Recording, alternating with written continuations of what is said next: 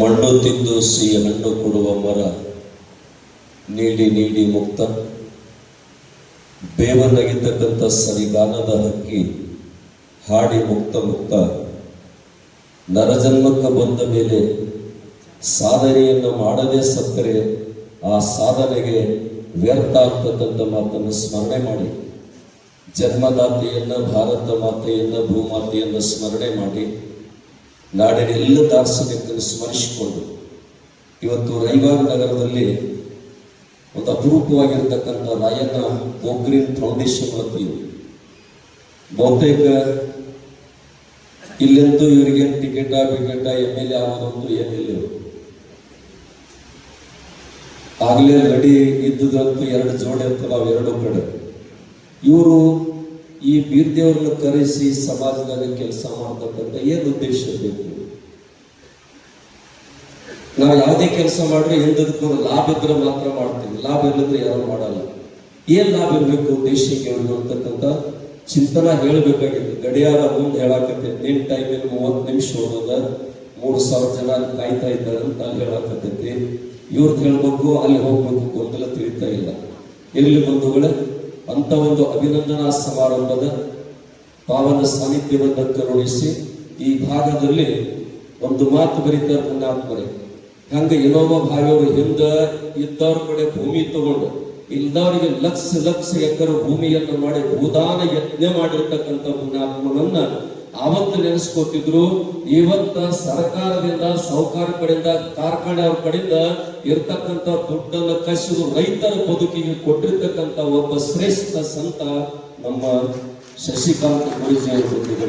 ಅವರಿಗೆ ಅನಂತ ಭಕ್ತಿ ನಮಸ್ಕಾರಗಳನ್ನು ಹೇಳಿ, ಕಾರ್ಯಕ್ರಮದ ವೇದಿಕೆಯ ಅಧ್ಯಕ್ಷರು, ಅತ್ಯಂತ ಸರಳತೆಯ ಜೀವನವನ್ನು ಸಾಗಿಸ್ತಕ್ಕಂಥವರು, ಸಾಧು ಪ್ರೇಮಿಯಾಗಿರ್ತಕ್ಕಂಥ ಈ ಭಾಗದ ಶಾಸಕರಿಗೆ ಒಂದು ಬಾರಿ ಶರಣುಗಳನ್ನ ಹೇಳಿ, ಇನ್ನೊಬ್ಬರು ನಾನು ಆಗಲೇ ಪ್ರಾರಂಭಕ್ಕೆ ಹೇಳಿದ್ದೆ, ಈಗೆಲ್ಲ ನೀವೇ ರಾಜಕಾರಣಿಗಳು, ನೀವೆಲ್ಲರೂ ಭಗವದ್ಗೀತೆ ಹೇಳಾಕತ್ತಿರಲ್ಲ, ಇನ್ನು ನಮ್ಮನ್ನ ಯಾರು ಕರೀತಾರೋ ಅಂತಕ್ಕಂಥ ಗೊಂದಲದಾಗ ನಿಮ್ಮ ತಾಲೂಕಿನೊಳಗೆ ಸಾಹಿತ್ಯಗಳು ಬಹಳ ತಯಾರಾಗ್ಯಾರ ಅಂತ ಹೇಳಿದೆ. ಅದಕ್ಕೆ ಗುರುಜಿಯವ್ರಿಗೆ ಹೇಳಿನ, ಅವ್ರಿಬ್ಬರದು ಮುಗಿದು ಕೊಡ್ಬೇಕಾಗಿತ್ತಂದ್ರೆ 2 ತಾಸು ಎಕ್ಸ್ಟ್ರಾ ಕಾರ್ಯಕ್ರಮ ಪ್ರಾರಂಭ ಮಾಡ್ಬೇಕು ನಾವು. ಒಬ್ಬರದ್ದು ಮುಗಿದ್ರೆ ಅವ್ರೊಂದು 10 ನಿಮಿಷ ಹೇಳ್ತಾರ, ಇವ್ರೊಂದು 10 ನಿಮಿಷ ಹೇಳ್ತಾರ. ಈ ಲೆಕ್ಕ ಬಂದಾಗ ನಾವು ಸಾವುಗಳು ಏನ್ ಹೇಳೋದಪ್ಪ ಅಂತ ಗೊಂದಲ ನಡೆದಿತ್ತು. ಆದ್ರೂ ಏನೋ ನನಗೆ ಟೈಮ್ ಕೊಟ್ಟರು, ನಮ್ದು ಒಂದು ಸುಪ್ರೀಂ ಅಂದು ರಾಜು ಸರ್ಗೆ ಅನಂತ ಶರಣಗಳು ಹೇಳಿ, ಇನ್ನೊಬ್ಬರು ಸ್ವಾಮೀಜಿಯವರಿಗೆ ನಮಸ್ಕಾರಗಳು ಹೇಳಿ, ವಿಶೇಷವಾಗಿ ಬನಶಂಕರ್ ಸರ್ನ ಕಂಡಾಗ ನನಗೆ ಬಹಳ ಪ್ರೀತಿ. ಏನ್ ಪ್ರೀತಿ ಅಂತ ಒಂದು ಮಾತು ಹೇಳಿದ್ರು, ಸ್ವಾಮೀಜಿಯವರು ಗುಡಿ ಕಟ್ತಂದ್ರೆ ನಾನು ದುಡ್ಡು ಕೊಡಲ್ಲ, ಇನ್ನೇನ ಮಾಡ್ತಾರ ನಾನು ಮಾತ್ರ ದುಡ್ಡು ಕೊಡಲ್ಲ, ಏನಾದ್ರೂ ಮಕ್ಕಳ ಬದುಕಿಗೆ, ಸಮಾಜದ ಒಳಿತಿಗಾಗಿ ಈ ನಾಡನ್ನ ಕಟ್ಟಲಿಕ್ಕೆ ಏನ್ ಬೇಕು ಅಂತಕ್ಕಂಥದನ್ನ ಅಂಬೇಡ್ಕರ್ ನಮಗೆಲ್ಲ ಕೊಟ್ಟಿರ್ತಕ್ಕಂಥದ್ದು ಏನು ಅಂತ ಕೇಳಿದ್ರೆ, ಗುಡಿಗುಂಡಾರ ಗಂಟೆ ಬಾರಿಸುವ ನಾದಕ್ಕಿಂತ ಶಾಲೆಯ ಚಂಗಟ್ಟುಗಳು ಎಲ್ಲಿ ಬಾರಿಸ್ತಾವ ಅಲ್ಲಿ ನಂದೇ ಮೊದಲು ಬೋನಿಗೆ ಇರ್ತೈತೆ ಅಂತ ಹೇಳಿದ್ರೆ ನಮ್ಮ ಶ್ರೀಮಂತಕ್ಕೆ ಬಂದ ಅವರಿಗೆ ಅನಂತ ಶರಣಗಳನ್ನು ಹೇಳಿ, ವಿಶೇಷವಾಗಿರ್ತಕ್ಕಂಥ ಬೀರ್ದೇವ್ರವರು ಅವರು ಕೆಲವೊಂದು ಮಾತುಗಳು ಹೇಳಿದಾಗ ನಾನು ಬಹಳ ಹೇಳಬೇಕಂತ ಎತ್ತಿನ ಕರೆ ಸಮಯ ಇಲ್ಲ. ಅವರು ಒಂದು ಮಾತು ಹೇಳಿದ್ರು, ನಾನು ಎಷ್ಟೇ ಎತ್ತರಕ್ಕೆ ಹೋದ್ರು ಕೂಡ ನನ್ನೆಲ್ಲ ಭಾವನೆ ಬದಲಾಗಿಲ್ಲ ಅಂತಕ್ಕಂಥದ್ದು. ಇದು ಪುಣ್ಯಾತ್ಮರು ಇವತ್ತಿನ ಸಮಾಜಕ್ಕೆ ಬೇಕಾಗಿರ್ತಕ್ಕಂಥದ್ದು. ಬೀರ್ದೇವ್ ಡೋಲೆ ಅವರಿಗೆ ಕೂಡ ಅನಂತ ಧನ್ಯವಾದಗಳನ್ನ, ಆಶೀರ್ವಾದಗಳನ್ನ ಹೇಳಿ, ವಿಶೇಷವಾಗಿ ನಮ್ಮ ತಾಲೂಕಿನ ದಂಡಾಧಿಕಾರಿಗಳು ಬಹುತೇಕ ಅವ್ರು ನೋಡಿದ ಗೊತ್ತಾಗತ್ತೆ ಅವ್ರದ್ದು. ಯಾಕಂದ್ರೆ ರಾಯಣ್ಣನ ಫೋಟೋನ ಎದುರಿಗೆ ಬಂದ್ಬಿಡ್ತದೆ, ಅವ್ರ ಉಮೇಶ್ ಎಲ್ಲರೂ ನೋಡಿದ್ದಾರೆ. ಹೌದು, ಅದಕ್ಕೆ ಬಹುತೇಕ ನನಗೆ ಯಾವ್ದಾರು ಮೋಸಕ್ಕೆ ಹೇಳ್ತಿದ್ರು, ನಮ್ಮ ಪ್ರಕಾಶ್ ಹುಕ್ಕೇರಿ ಸರ್ ನರೇಂದ್ರ ಮೋದಿಜಿ ಅವ್ರ ಕಡೆ ಹೋಗಿರಂತ, ಖರೆ ಅಂದ್ರೆ ನೀರ್ ನೋಡಪ್ಪ ಮಟ್ಟು ಮೂಯಿಸಿ ಇದೆಲ್ಲ ನೋಡಿದಾಗ ಹೌದು ಖರೆ ಭಾರತದ ಪ್ರಜೆ ಅಂತಕ್ಕಂಥದ್ದು ಹೇಳ್ತಾರೆ. ಹಂಗ ಬಂಧುಗಳೇ, ಅವರಿಗೆ ಅದಂತ ಶರಣಾರ್ಥಿಯನ್ನು ಹೇಳಿ, ವಿಶೇಷವಾಗಿ ನಮ್ಮ ಬಾನೆ ಡಾಕ್ಟರ್ ಭೂತ ಬಹುತೇಕ ಅವ್ರ ತಂದೆಯವರ ದರ್ಬಾರ್ದಾಗ ನಾವು ಬಹಳ ಸಣ್ಣವರಿದ್ವಿ. ನನ್ನ ಹಾವೇರಿ ಸಾಲಿಗಿದ್ದ ಅಂತ ಒಂದು ವಿಶೇಷವಾಗಿರ್ತಕ್ಕಂಥ ಈ ಭಾಗದಲ್ಲಿ ಕೊಡುಗೆಯನ್ನು ಕೊಟ್ಟಿರ್ತಕ್ಕಂಥ ಈ ತಾಲೂಕಿನ 2 ಕಣ್ಣುಗಳು, ಒಂದು ವಸಂತರಾವ್ ಪಾಟೀಲ್ ಅಬಾಜಿ ಅವ್ರನ್ನ ನಾವು ನೆನಪಿಸ್ಬೇಕಾದ್ರೆ ನಮಗೆ ಶಾಲೆ ಕಲಿಸಿ ನಮ್ಮ ಭಾಗದಾಗ ಶಿಕ್ಷಣ ಸಂಸ್ಥೆ ಕಟ್ಟಿ ಅಂದು ಪುಣ್ಯಾತ್ಮರು ಪುಣ್ಯದ ಕೆಲಸ ಮಾಡಿರ್ತಕ್ಕಂಥ ಅಬಾಜಿ ಅವ್ರನ್ನ ನಾವು ನೆನೆಸಲೇಬೇಕಾಗ್ತದ. ಅಂತವರು ಬಾಲೆ ಸರ್ಕಾರ ಅವ್ರ ಮಗರು ಡಾಕ್ಟರ್ ಆಗಿರ್ತಕ್ಕಂಥವ್ರು. ಯಾಕಂದ್ರೆ ಒಂದು ಸಲ ಅವ್ರ ದವಾಖಾನೆಗೆ ನಾವು ಬಂದಿದ್ವಿ, ಅವರಿಗೆ ನಮಸ್ಕಾರ ಹೇಳಿ ಈ ಕಡೆ ವಿಶೇಷವಾಗಿರ್ತಕ್ಕಂಥ ನಮ್ಮ ಸದ್ದಲಿಗೆ ಕಾಕ ಅವರು ಹಿರಿಯ ಜೀವಿಗಳು ವೇದಿಕೆ ಸರ್ ಅವರಿಗೆ ನಮಸ್ಕಾರ ಹೇಳಿ, ನಮ್ಮ ಒಡೆಯರ್ ಸರ್ ಅವರಿಗೆ, ಪ್ರಸಾದ್ ಅವರಿಗೆ, ಈ ಕಡೆ ಕೂತಿರ್ತಕ್ಕಂಥ ಎಲ್ಲರಿಗೆ ನಮಸ್ಕಾರ ಹೇಳಿ ಒಂದೇ ಒಂದು ದೇಶಿಗೆ ಅವರ ಉದ್ದೇಶ ಏನು ಅಂತ ಕೇಳಿದ್ರೆ, ನಾನು ಸಂಪಾದನೆ ಮಾಡಿರ್ತಕ್ಕಂಥ, ನಾನು ಶ್ರಮದಿಂದ ಸಂಪಾದನೆ ಮಾಡಿರ್ತಕ್ಕಂಥ ಸಂಪತ್ತಿನ ಒಂದು ಭಾಗ ಆದರೂ ಸಮಾಜಕ್ಕೆ ಕೊಟ್ಟಾಗ ಇದನ್ನ ಹಂಚಿಕೊಳ್ಳತಕ್ಕಂಥ ಗುಣ ನಾನು ಮಾಡಿದ್ರೆ ನನಗದು ಗೌರವ ಸಲ್ತದೆ ಅಂತಕ್ಕಂಥ ವಿಚಾರ ಕೂಡಿ ಕಾರ್ಯಕ್ರಮ ಮಾಡುವುದು. ಮತ್ಯಾವ ಲಾಭ ಇಲ್ಲಿ, ಯಾವ ಉದ್ದೇಶ ಇಲ್ಲ. ಅದಕ್ಕೆ ಸರ್ ಹೇಳಿದ್ರು ಚಲೋ ಮಾತನಾಡಕತ್ತ ನಿಮ್ಗೂ ಸಮಯ ಕೊಡ್ಬೇಕಂತ. ಅವಾಗ ನಮ್ಮ ಸರ್ ಹೇಳಿದ್ರು, ನಮ್ಮ ಪಕ್ಷದಾಗ ಬಂದಾರ, ನಮ್ಮ ಪಕ್ಷದಾಗ ಯಾರ್ಯಾರು ಬರ್ತಾರೆ ಈಗ ಮಾತನಾಡಕ್ ಕಲಿತಾರ ಅಂತ ಹೇಳಿದ್ರು. ಇಲ್ಲ, ನಿಮ್ಮ ವೈಯಕ್ತಿಕ ವಿಷಯ, ಒಟ್ಟಿನ ಮೇಲೆ ಮಾತನಾಡ್ಬೇಕು. ಜಗತ್ತಿನಾಗ ಮಾತು ಕೊಂಡಾಕ್ತವ್ರು ಬಹಳ ಮುಖ್ಯವಾಗಿರ್ತಕ್ಕಂಥದ್ದು. ನಾನು ಹೆಚ್ಚಿ ಹೇಳಲಿಕ್ಕೆ ಹೋಗುದಿಲ್ಲ. ಒಂದು ಮಾತು ನಮ್ಮ ಬೀರದೇವ್ರ ಧೋನಿ ಅವ್ರು ಹೇಳಿದೆ, ನಿಮ್ಗೆ ಯಾರಿಗಾದ್ರೂ ಒಂದಿಷ್ಟು ಕೊಡ್ಬೇಕಂತ ಆಸೆ ಇತ್ತಂದ್ರೆ ಗುಡಿ ಕಟ್ಟೋದು ಕಡಿಮೆ ಕೊಡು ಸಾಹೇಬ್. ನೀವೇನು ಮುಂದೆ ಅನುದಾನ ತರಬೇಕಾಗಿತ್ತಂದ್ರ, ಏನಾದ್ರು ಕೊಡಬೇಕಾಗಿತ್ತಂದ್ರ ಒಟ್ಟು ಪ್ರತಿಯೊಂದು ದೊಡ್ಡ ದೇವಸ್ಥಾನ ಎಲ್ಲ ಅಲ್ಲಿ ಮೊದಲು ಒಂದು ಗ್ರಂಥಾಲಯ ಪ್ರಾರಂಭ ಮಾಡಕ್ಕೆ ಗ್ರಂಥಾಲಯ ಪ್ರಾರಂಭ ಮಾಡಕ್ಕೆ. ನೀವು ಸರ್ಕಲ್ಗಳು ಉದ್ಘಾಟನೆಗೆ ಹೋಗ್ತಾರೆ, ನಿಮ್ಗೆ ಹೇಳಕ್ ಕೊಡ್ತಾರ, ನೀವು ಸರ್ಕಲ್ ಉದ್ಘಾಟನೆ ಮಾಡೋ ಸಂದರ್ಭದಾಗ ಕ್ವಿಂಟಲ್ ಟನ್ ಭಂಡಾರ ಹಾರಿಸ್ಬೇಡ್ರಿ, 10 ಟನ್ ಗ್ರಂಥಗಳನ್ನ ರಾಯಣ್ಣನ ಚರಿತ್ರೆ, ಅಂಬೇಡ್ಕರ್ ಚರಿತ್ರೆಯನ್ನು ಕೊಟ್ಟು ಬಿಡ್ರಿ ಅಂತ ನೀವು ಕರಾರ ಮಾಡಿ. ನಿಮ್ ಮಾತು ಕೇಳ್ತೈತಿ, ನಮ್ಮ ಮಾತು ಕೇಳಂಗಿಲ್ಲ. ಯಾಕಂದ್ರೆ ಸ್ವಾಮಿಯಲ್ಲಿ ಹೇಳವ ಹೋಗೋ ಮಟ್ಟವ್ರು ಕೊಡೋರು ಯಾರು ಅವ್ರು ಕೊಡ್ತಾರಂತ ಹಿಂಗ್ ಕಲ್ಪನೆ ಐತಿ ಜನರಲ್ಲಿ. ಹೌದಿಲ್ಲ? ನಾ ಭಾಳ ಮದುವೆಯಾಗ ಕರ್ಕೊಂಡು ಹೋಗಿರ್ತಾರೆ, ನಮ್ಗೆ ಹಂಗ ತುಳ್ಕೊಂತ ಮ್ಯಾಲ ಬಂದಿರ್ತಾರೆ, ಅದಕ್ಕೆ ಮದುವೆ ಹೋಗೋದು ಬಂದ್ ಮಾಡಾಕತ್ತಿದ್ರು. ಇರ್ಲಿ, ನಮ್ ವಿಚಾರ ಏನಂತ ಕೇಳಿದ್ರ ಹೇಳಿದ್ರಲ್ಲ, ನಿಮ್ಗೆ ಯಾರಿಗೆ ಸಾಧ್ಯ ಐತಿದೆ ನಿಜವಾಗಿ ಏನಾದ್ರೂ ಕೊಡ್ಬೇಕಂತ ಅನಿಸಿತ್ತಂದ್ರ ಜೀವಂತ ದೇವಾಲಯಕ್ಕೆ ಕೊಟ್ಟು ಬಿಡ್ರಿ ಅಂತ ಹೇಳ್ಯಾರ. ಯಾಕಂದ್ರ ಮನುಷ್ಯ ಒಂದು ದಿವಸ ಬದುಕಬೇಕಾದ್ರೆ ಒಪ್ಪತ್ತೇನು ಊಟ ಕೊಡು, ಇಡೀ ಬದುಕನ್ನ ಕಟ್ಟಬೇಕಾದ್ರೆ ಅವ್ರಿಗೆ ಶಿಕ್ಷಣ ಅಂತಕ್ಕಂಥ ಸಂಪತ್ತನ್ನು ಕೊಟ್ಬಿಡು ಅಂತ ಹೇಳ್ಯಾರ. ಅದಕ್ಕೆ ಹೆಚ್ಚು ಮಾತನಾಡಕ್ ಹೋಗೋದಿಲ್ಲ. ಒಂದು ಮಾತು ಹೇಳಿದ್ರು ಅವರು, ಏನು ಅಂತ ಕೇಳಿದ್ರ, ಶಾಲೆ ಒಳಗೆ ಒಬ್ಬ ಶಿಕ್ಷಕನ ಹುಟ್ಟುಹಬ್ಬ ಇತ್ತು. ಆ ಶಿಕ್ಷಕನ ಹುಟ್ಟುಹಬ್ಬದಾಗ ಎಲ್ಲ ವಿದ್ಯಾರ್ಥಿ ಕೇಳಿದ, ನಿನಗೇನ್ ಬೇಕು ನಿನಗೇನ್ ಬೇಕಂತ.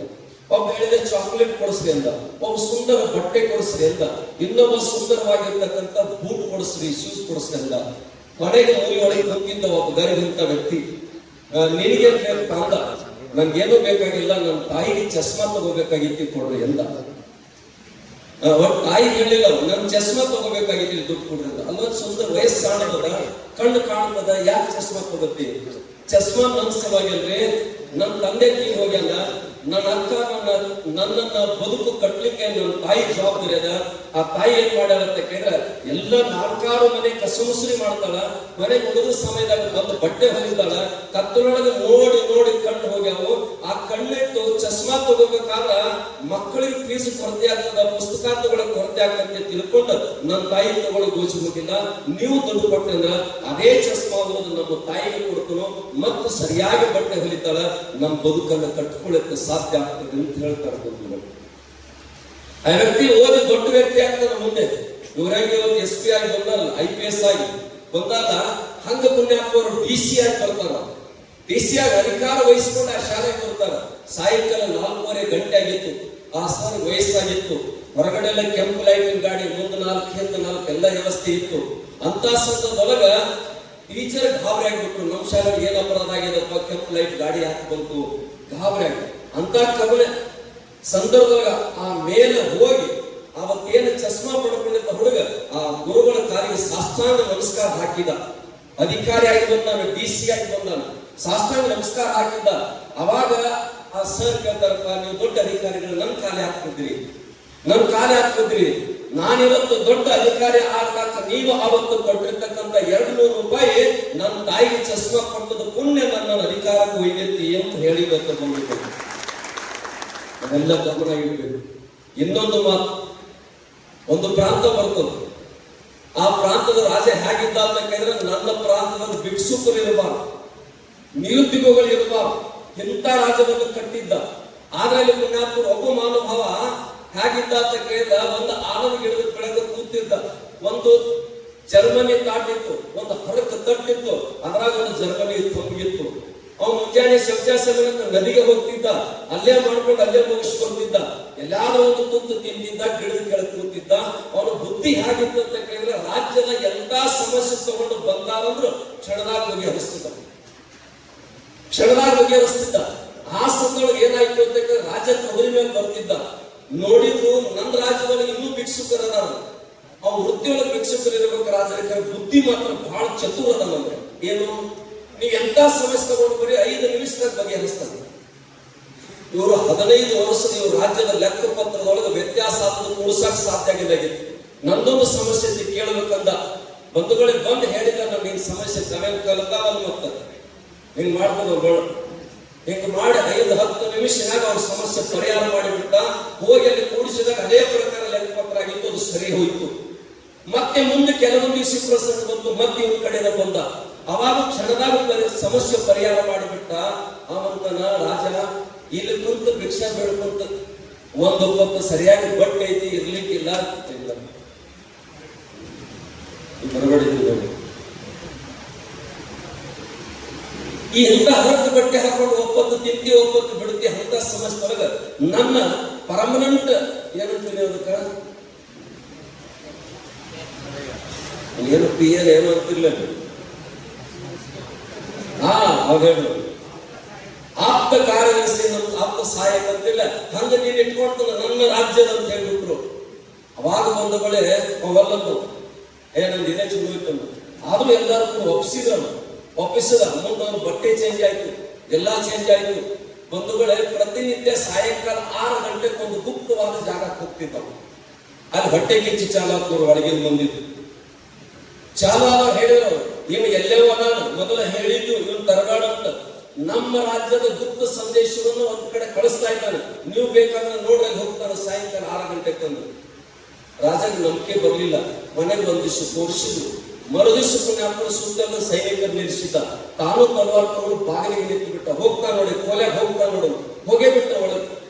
ರಾಜ ಬಾಗಿಲಿಗೆ ತಲವಾರ್ ತಗೊಂಡು ಬಂದ, ತೆಗಿಬಾಗಲಲ್ಲ, ತೆಗಿಬಾರ್ದು, ಯಾರಿಗೂ ಸಂದೇಶ ಕಳ್ಸಾಕತ್ತನ, ಇವನಿಗೆ ಪ್ರಾಣ ಹೊಡಿಬೇಕಂತ ತೆಗಿಬಾಗಲಲ್ಲ. ಬಾಗಲಂತದ ಒಳಗೆ ಯಾರು ಇಲ್ಲ. ಏನ್ ಮಾಡ್ತಿದ್ದೇನೆ, ನಾನೇನ್ ಮಾಡಿದ್ದೀನಿ, ಮತ್ತೆ ಇದ್ಯಾರು ಬರ್ತೀವಿ ಒಳಗೆ.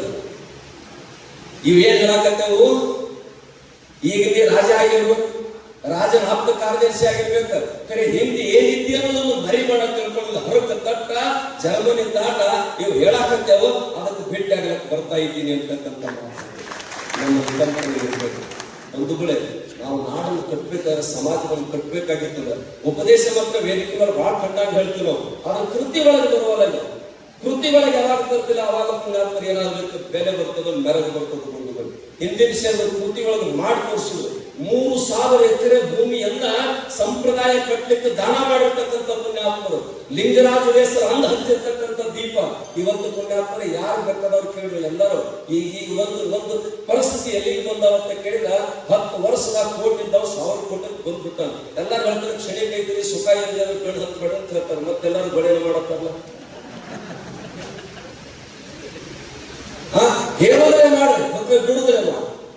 ಕ್ಷಣಿಕ ಸುಖ ಅಂತೀರಿ, ನಮ್ ದೊಣ್ಣೇಶ್ವರ ಹೇಳಿ ಕ್ಷಣಿಕ ಐತಿರಿ ಅಂತ ಹೇಳಿ ನಾಳೆ ಒಂದು ಪಗಾರ 2 ಲಕ್ಷ ಹಾಕತ್ತೀನಿ. ಹೌದಿಲ್ಲ, ನೀವು ಅನ್ಬೋದು ಎಲ್ಲ ಒಂದಂದ್ರ ಡೋನರ್ IPS ಕೊಡೋದ್ರ ಮಠಕ್ಕೆ ಹೋಗ್ಬೇಕಾಗತ್ತೆ ಅಂತೇಳಿಲ್ಲ.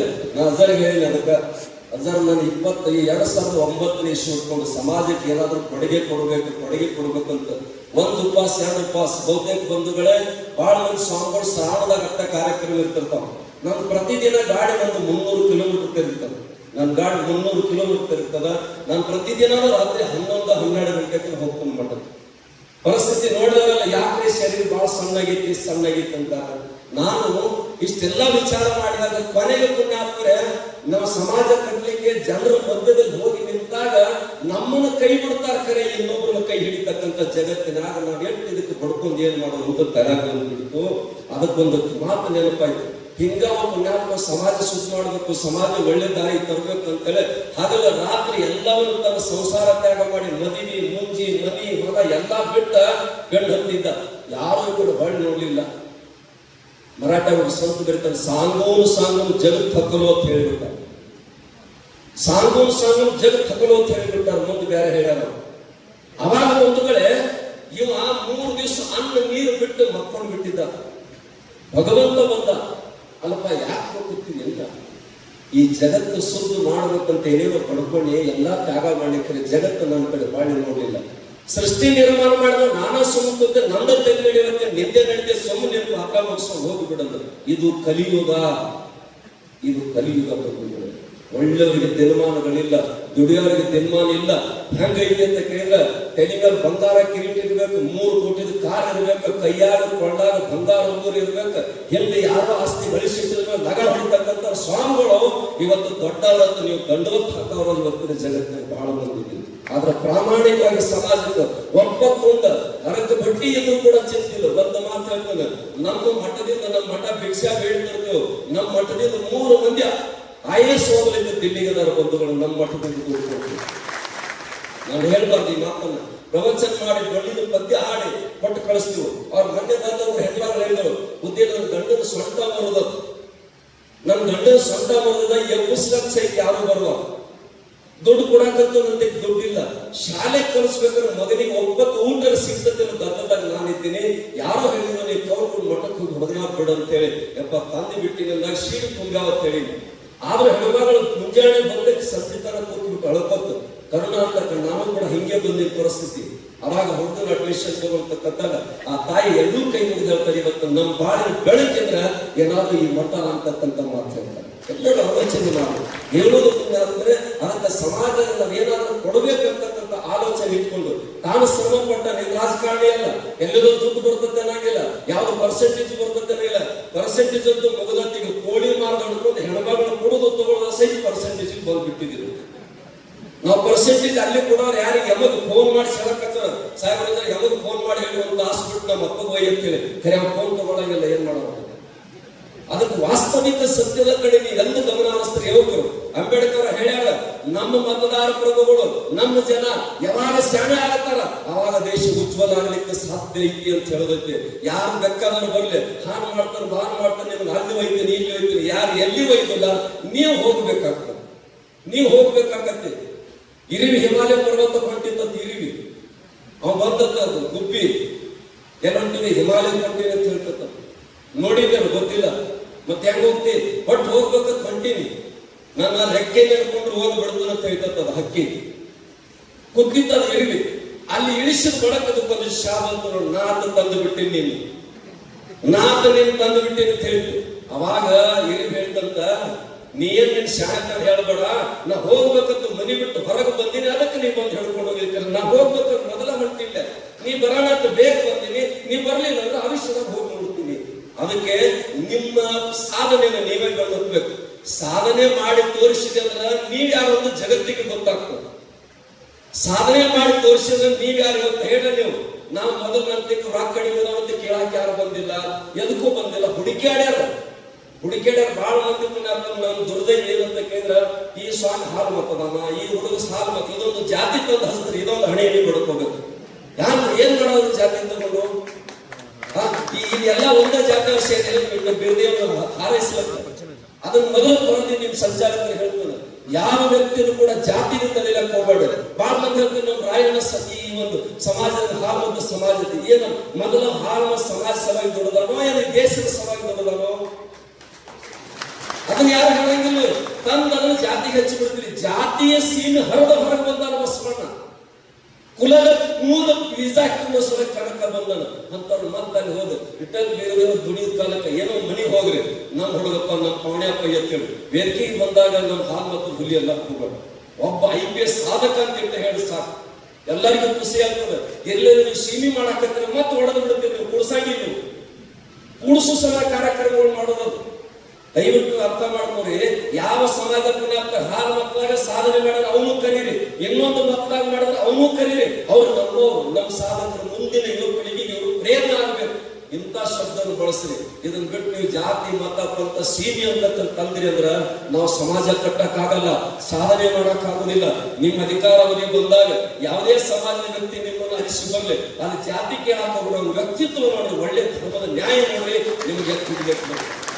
ಅದ್ರ ಕಡೆ ಗಮನ ಇರಲಿ ಅಂತಕ್ಕಂಥ ಮಾತೇಳಿ ಗಡಿಯಾರ ಹೊದರಾಕತೈತಿ ನಿನ್ ಬಾರ್ದು ಅಂತ ದಯವಿಟ್ಟು ನಾನು ಮಾತನಾಡ್ತಕ್ಕಂಥ ಮಾತುಗಳು ಯಾರಿಗೆ ನೋವಾಗಿಲ್ಲ, ದಯವಿಟ್ಟು ತಪ್ಪರ್ಥ ಮಾಡ್ಕೊಬೇಡ್ರಿ. ಸಮಾಜ ಬರೀ ಏನಾಗೈತೆ ಅಂತ ಕೇಳಿದ್ರೆ ಉಪನ್ಯಾಸ ನಮಗ ಹೇಳು ಚಟ ಬಿದ್ದತಿ, ನಿಮಗೆ ಕೇಳು ಚಟ ಬಿದ್ದತಿ. ಹೇಳು ಚಟ ಬಿದ್ದತಿ, ಕೇಳಾರ ಕೇಳಿದ್ರೆ ಕೃತಿ ಒಳಗೆ ಒಂದಿಲ್ಲ.